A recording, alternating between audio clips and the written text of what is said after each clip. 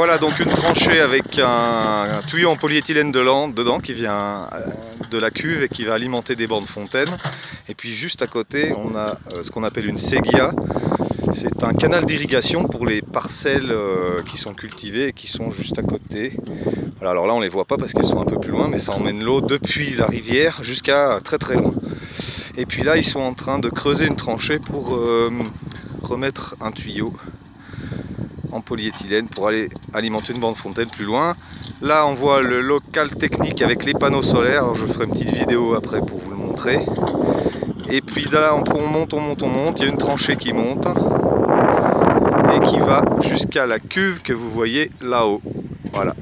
Alors voilà le local technique avec les panneaux solaires photovoltaïques dessus. Je vais m'approcher et puis on va rentrer dedans, voir ce qui se passe.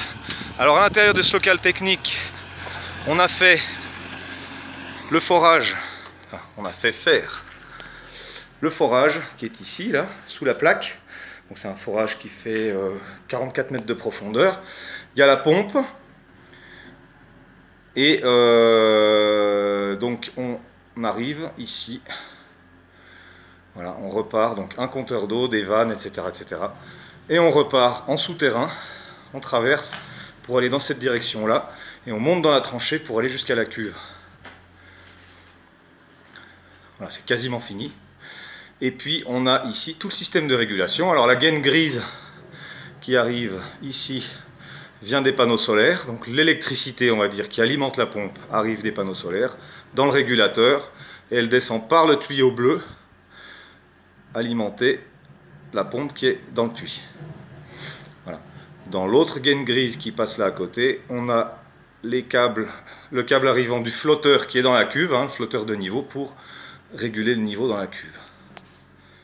Ici on est sur le toit du local technique, on voit les panneaux solaires donc, qui ont été installés avec une structure en aluminium, et on a fait des gros plots en béton pour les sceller sur le toit parce qu'on est dans une région où il y a beaucoup de vent, donc il se pourrait bien que s'il y a trop de vent ça s'envole, donc c'est pour ça on les scelle, on les leste avec des gros blocs. J'en profite également pour faire un petit panorama et vous présenter le village. Voilà. Donc là il y a les villageois qui sont en train de creuser les tranchées, là ils nous aident, ils travaillent avec nous, c'est très sympa. Voilà le village, donc des maisons en terre traditionnelles. Et on est au milieu du désert, de l'Atlas. Vous voyez la tranchée là qui monte à la cuve. Voilà. Donc un magnifique paysage. Et la piste. Là je me trouve à l'intérieur du village. Alors à l'intérieur du village il n'y a qu'une route, donc une rue. Voilà, c'est tout en terre, les maisons sont en terre. Là vous voyez la tranchée dans laquelle passe le PE pour alimenter les bornes fontaines. Et ça c'est la maison où nous sommes hébergés. Alors on va rentrer dedans vite fait pour voir. Voilà, sol en terre battue. Alors nous on a amené une table et des chaises, sinon normalement tout se fait par terre. Voilà, plafond. Donc le bois est très rare, donc voilà la chambre où dorment les élèves.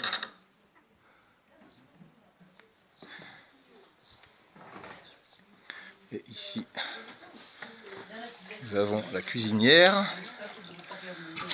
Voilà, bonjour. Bonjour, ça va ? Ça va, ça va. Vous voyez, tout se fait par terre. Et ici, la chambre où dorment les encadrants, les professeurs. Voilà. Donc confort sommaire, mais on s'en tire bien. On se trouve un petit peu à l'extérieur du village. Le village est là, vous voyez. Voilà le village vu d'un petit peu plus haut. Alors on voit qu'il y a des parties qui sont couvertes, c'est les maisons, les habitations. Et puis on a des enclos pour les moutons ou les chèvres, qui rentrent la nuit ou pas d'ailleurs. Là ils sont quasiment tous partis puisque les bergers partent. Et là il reste des petits agneaux. Voilà, regardez comme ils sont mignons.